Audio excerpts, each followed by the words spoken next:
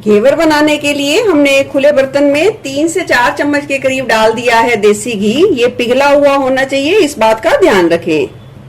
अब लेंगे इस तरीके से एक बड़ा टुकड़ा बर्फ का। हम इस तरीके से इसे घुमाएंगे इस घी में और इसका टेक्सचर बिल्कुल क्रीमी हो जाएगा। जिस तरीके से हम फेयर एंड लवली क्रीम का इस्तेमाल करते हैं, कोई भी क्रीम का इस्तेमाल करते हैं, वैसा ही बिल्कुल मखमली हो जाएगा।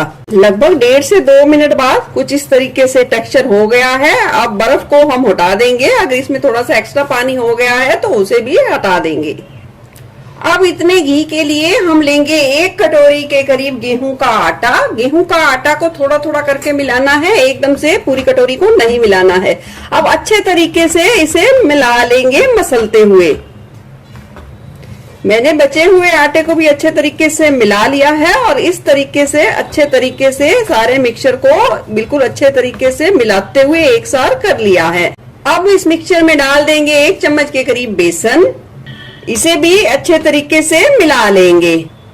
अब 1 कटोरी गेहूं के आटे के लिए हम 1.5 कटोरी के करीब दूध का इस्तेमाल करेंगे या 1 गिलास के करीब दूध का इस्तेमाल करेंगे। अच्छे तरीके से मिला लेंगे और याद रखें इतने अच्छे तरीके से मिलाएं कि इसमें बहुत ही कम से कम गुठलियां रहे। सारे मिश्रण को अच्छे तरीके से देखिए घोल लिया है। अब इस तरीके से छलनी ले लेंगे और छलनी की मदद से इस सारे मिश्रण को, सारे बैटर को अच्छे तरीके से छान लेंगे। सारे मिश्रण को अच्छे तरीके से छानकर एक पतीले में डाल दिया है। छानते समय मैंने आधे गिलास के करीब पानी का इस्तेमाल किया है ताकि सारा बैटर बहुत अच्छे तरीके से छन जाए, क्योंकि बहुत ही ज्यादा गाढ़ी थे। अब हम इसमें डाल देंगे खूब सारा ठंडा ठंडा पानी। लगभग 1.5 से 2 गिलास के करीब पानी डालेंगे। जिस तरीके से हम गाढ़ी सी छाछ पीते हैं, इस तरीके से, ये देखिए कुछ इस तरीके से, इसी तरीके से हमें घोल बनाकर तैयार करना है। लगभग इसमें 1.5 गिलास के करीब पानी का और इस्तेमाल हो जाएगा। लगभग 1.25 गिलास के करीब पानी का इस्तेमाल हुआ है और साथ ही हम डाल देंगे इसमें बर्फ के टुकड़े। या तो आप बिल्कुल ही ठंडा ठंडा पानी डालें या इसमें बर्फ के टुकड़े डाल सकते हैं। तो चलिए अब बनाना शुरू करते हैं। घेवर बनाने से शुरू करने से पहले हमने एक बर्तन ले लिया है, उसमें डाल दिए हैं बर्फ के इस तरीके से टुकड़े। उसमें इस पतीले को इस तरीके से रख देंगे ताकि बैटर हमारा बिल्कुल भी गर्म ना हो। इस बात का बिल्कुल ध्यान रखना है। और इसमें एक छोटा टुकड़ा नींबू लिया है और नींबू का रस भी हम इसमें घोल में डाल देंगे। इससे क्या होगा, जो हमारा घेवर बनेगा उसकी जाली बहुत ही अच्छे तरीके से उभर कर आएगी और बहुत ही ज्यादा खस्ता बनेगा। मैं यहाँ 2 तरीके से घेवर बनाना सिखाऊंगी। एक अप्पे पैन में बनाऊंगी जिससे बहुत कम घी या तेल में हम बनाकर तैयार करेंगे और जो बहुत ही ज्यादा हेल्दी तरीके से तैयार होगा। तो अप्पे पैन में हम जरूरत के हिसाब से हर पार्ट में थोड़ा थोड़ा सा तेल या घी को डाल देंगे। तेल या घी अच्छे तरीके से गर्म हो गया। इस तरीके से हमने कुछ कुछ बूंदे करके हमें इस तरीके से डालना है। देखिए कुछ इस तरीके से। फिर से इस तरीके से रिपीट करते जाना है कुछ सेकंड बाद। इसी तरीके से हमें एक अच्छी जाली बनने तक अच्छे तरीके से रिपीट करते जाना है। जैसे ही जाली थोड़ी सी बनने लगे, चाकू की मदद से जिस तरीके से घेवर में थोड़ा सा होल होता है उसी तरीके से हल्का हल्का सा जरूरत के हिसाब से करते जाना है। और जरूरत के हिसाब से जितना हम आसानी से फिल कर पाए उतना ही बैटर हम डालते जाएंगे। जाली बहुत अच्छे तरीके से बन गई है और देख सकते हैं। अब गैस की फ्लेम को अपनी सुविधा के अनुसार थोड़ा सा कम करके अच्छे कुरकुरे होने तक सेकेंगे। अगर लगे घेवर कच्चा है तो आप इस तरीके से पलट कर भी उसे अच्छे तरीके से दोनों तरफ सेक सकते हैं। चलिए, हेल्थ कॉन्शियस लोगों के लिए तो कम घी तेल में बनके ये घेवर बाइट तैयार है। अब बनाते हैं बिल्कुल ट्रेडिशनल तरीके से दूसरा घेवर।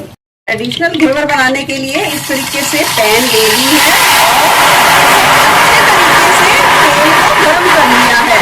एक इस तरीके से कड़छी में बैटर लेना है, एकदम से नहीं डालना है। इस कड़छी को भी कम से कम 6 से 7 बार डिवाइड करके इस तरीके से ऊंचाई से थोड़ा थोड़ा करके डालना है। इस बात का ध्यान रखें। और तेल बहुत ही अच्छे तरीके से गर्म होना चाहिए। तेल या घी बहुत अच्छे तरीके से गर्म नहीं होगा तो बैटर क्या होगा, वो तली पर बैठ जाएगा जिस बर्तन में आप घेवर को बनाते हैं। बबल्स शांत होंगे, फिर दोबारा से इस तरीके से थोड़ी सी ऊंचाई से थोड़ा थोड़ा करके बैटर को डालना है। इस बात का ध्यान रखें। बबल शांत होने पर इसी प्रक्रिया को बार बार करना है, थोड़ा थोड़ा करके डालते देखिए घेवर खुद ब खुद अपनी शेप को खुद ही ले रहा है और इस तरीके से हम इस तरीके से होल बनाते जाएंगे, जो ट्रेडिशनल घेवर में बहुत ही अच्छे तरीके से बना होता है। देख सकते हैं घेवर की कितनी बढ़िया जाली आई है। अब एक चक्कू की मदद से हम इसे अच्छे तरीके से खुरच लेंगे ताकि हम इसे आसानी से निकाल पाए। इसे अच्छे तरीके से छुटा लेंगे। छुटाने के बाद जरूरत के हिसाब से जितना आप सेकना चाहते हैं इसे सेक लीजिए और फिर इसे आसानी से इस तरीके से निकाल ले। ये देखिए बहुत ही आसानी से ये निकल जाएगा। बिल्कुल क्रिस्पी घेवर बनके तैयार है। कितनी बढ़िया जाली बनके तैयार हुई है। तो चलिए अब बनाते हैं चाशनी और रबड़ी।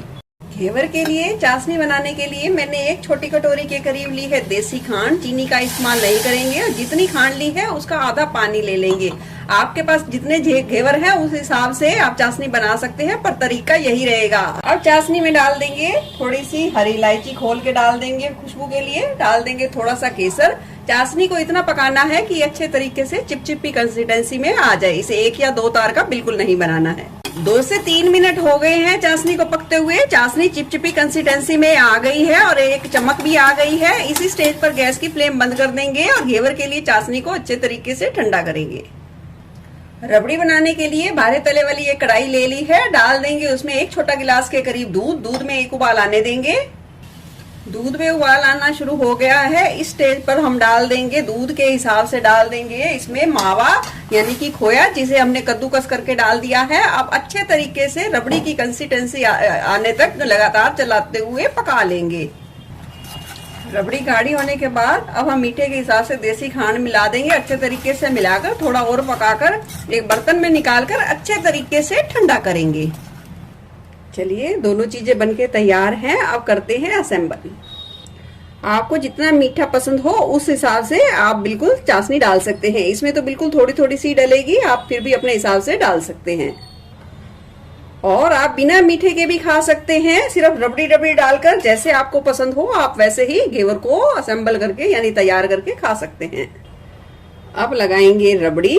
जिस हिसाब से आपको पसंद हो ये भी आप उसी हिसाब से लगा सकते हैं। इस घेवर को बनाने के लिए ना ही मैंने मैदा यूज किया है, ना ही चीनी का यूज किया है और बिल्कुल कम घी में भी बना के तैयार किया है और ना ही किसी तरीके के सांचे का यूज किया है। बहुत ही ज्यादा टेस्टी और हेल्दी, जिनको भी पसंद है वो गिल्ट फ्री होके इस घेवर को एंजॉय कर सकते हैं। गार्निश कर देंगे बादाम पिस्ता के साथ। आप भी राखी पर, भैया दूज पर, हरियाली तीज पर इस तरीके से घेवर बनाइए।